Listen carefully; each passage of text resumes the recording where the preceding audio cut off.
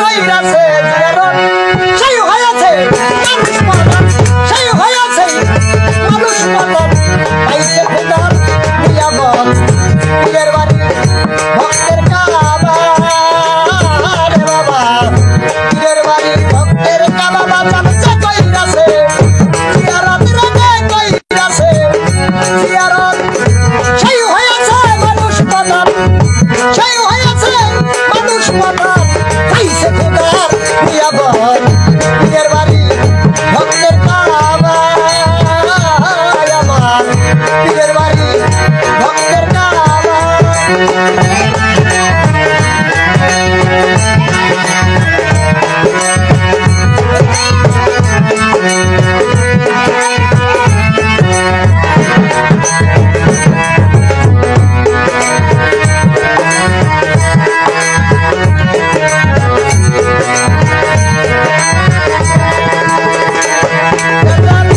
মুর্শিদ হয় কান্দা কেবল মনের মতো দেখা লই না পীর মুর্শিদ হয় কান্দা কেবল আরে আমার পীর মুর্শিদ হয় কান্দা কেবল মনের মতো দেখা লই না বলছে আমার রাসূলুল্লাহ বলছে আমার রাসূলুল্লাহ করে বেশি করগা মুহাম্মদ পীরের বাড়ি ভক্তের কাবা বাবা কইরাছে জিয়ারত রে কইরাছে জিয়ারত সেই হয়েছে মানুষ প্রধান সেই হয়েছে মানুষ প্রধান পাইছে খোদার নিয়ামত পীরের বাড়ি ভক্তের কাবা রে আমার মুর্শিদ বাবা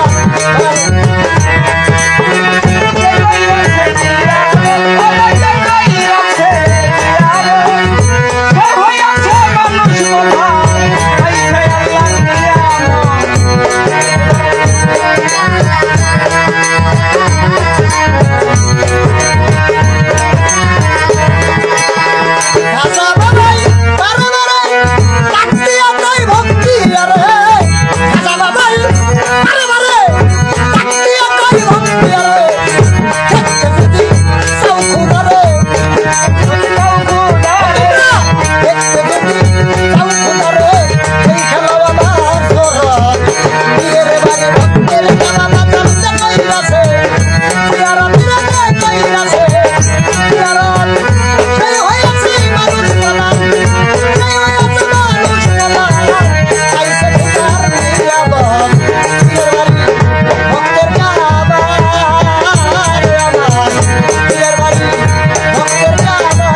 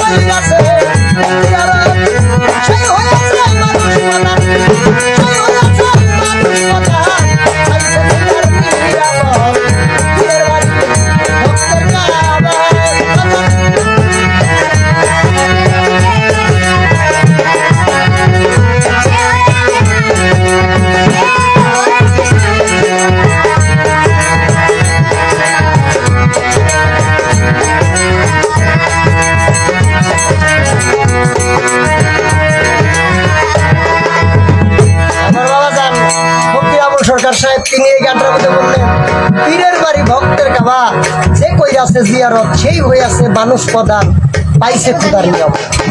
দেখেন যারা নিয়ামত পায় পীরের বাড়ি ভক্তের কাবা যে কইরাছে জিয়ারত অর্থাৎ জিয়ারত করলেই নিয়ামত পায়। আর নিয়ামতটা পায় কাদের জন্য? যাদেরকে ভাঙা হচ্ছে, যাদের মাজার ভাঙা হচ্ছে, তারা শুয়ে শুয়েও নিয়ামত পায়। এটা কিন্তু আমার কথা নয়, এটা পবিত্র কোরআন শরীফের মধ্যে বলছেন যে আমার ওলিরা কোনো ভাবে চিন্তিত নয়, এবং কি আমার ওলিরা বেঁচে থাকা অবস্থায় যেভাবে তারা নিয়ামত প্রাপ্ত বা নিয়ামত পেয়েছেন, তারা রওজার মধ্যে শুয়ে ঠিক তেমনি অবস্থায় নিয়ামত তারাও পায়। আর ওই অলিদেরকে আমাদের কিছু কুচক্রের লোক তারা ভেঙে ফেলতেছে, ভাঙতেছে। এর জন্যই তারা হাজার হাজার বার বইলেও তাকে আমাদের কাছে আসেন, আমাদের লগে বসেন, তাদের কাছে তারা যায় না। আর তারা শুয়ে থাকে, তাদের কাছ থেকে মানুষ সরাইতে পারে না। আমার বাবা ফকির আবুল সরকার তিনি এই গানটার মধ্যে বললেন যে পীরের বাড়ি ভক্তের কাবা, সে কইরাছে জিয়ারত, সেই হয়ে আছে মানুষ প্রধান, পাইছে খোদার নিয়ামত। তাইলে সেইখানে গেলে নিয়ামত পাওয়া যায় কার? আল্লাহর নিয়ামত। আল্লাহর নিয়ামত যেখানে পাওয়া যায় আমরা তো ওইখানেই যাবো। আর যেখানে আল্লাহর নিয়ামত পাওয়া যায় না আমরা ওইখানে কোনোদিনও যাবো না, আর ওইখানে যাবো না। আর আমরা ওইখানেকার মানুষও না। আমরা হইলাম কি ওলি আল্লাহতে ভালোবাসবো, ওলি আল্লাহ সমর্পিত হব, অর্থাৎ ওলি আল্লাহর পক্ষের লোক আমরা। কারণ আমরা এক মুখে কইতে পারব না যে যাই কিছু করেন নামাজটা পড়েন, শুধু খাইয়েন, ঘুষও খাইয়েন, সাদাও খাইয়েন, হ্যাঁ সবকিছুই করেন, নামাজটা ঠিক মতন করেন না। আমরা ওটা পারবো না। কারণ কেন আমরা পারবো না? আমাকেও যেদিন থেকে বাবার কাছে যাই হাত দিয়ে বায়াত হয়েছি, সেদিন থেকে বলছি পিছের গুণা মাপ চাই, আর সামনে গুণা করবো না বলে আজ হইতে আমি আমার রশিদ চানকে আমার জীবন জৈব ছুপে দিলাম।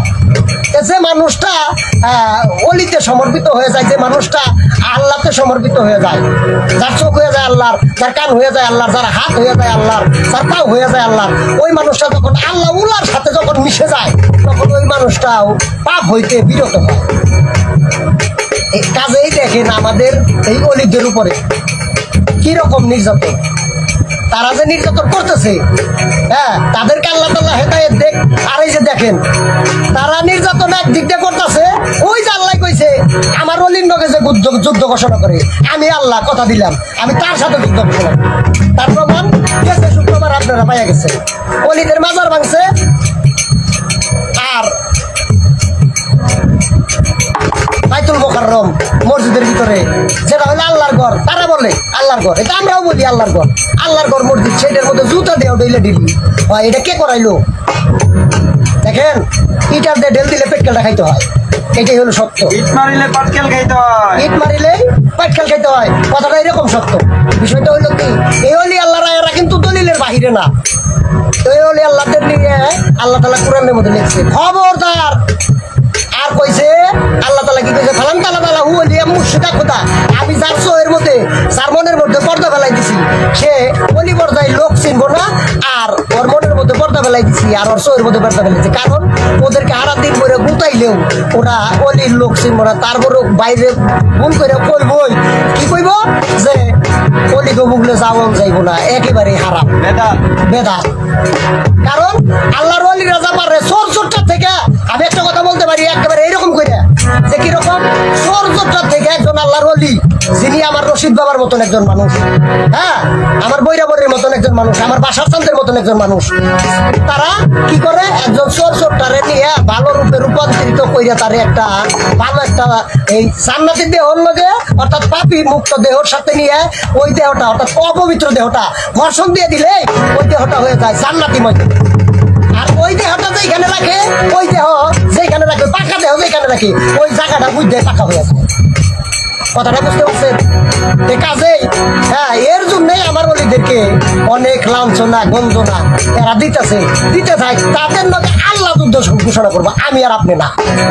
আল্লাহ যদি তার কাবা ঘরকে রক্ষা করতে পারে আবাবিল পাখি দিয়ে, হ্যাঁ তার বন্ধুদেরকেও রক্ষা করবো এই আবাবিল পাখি দিয়ে। কথাটা আপনারা মনে রাখবেন, কিন্তু আমার কথা না।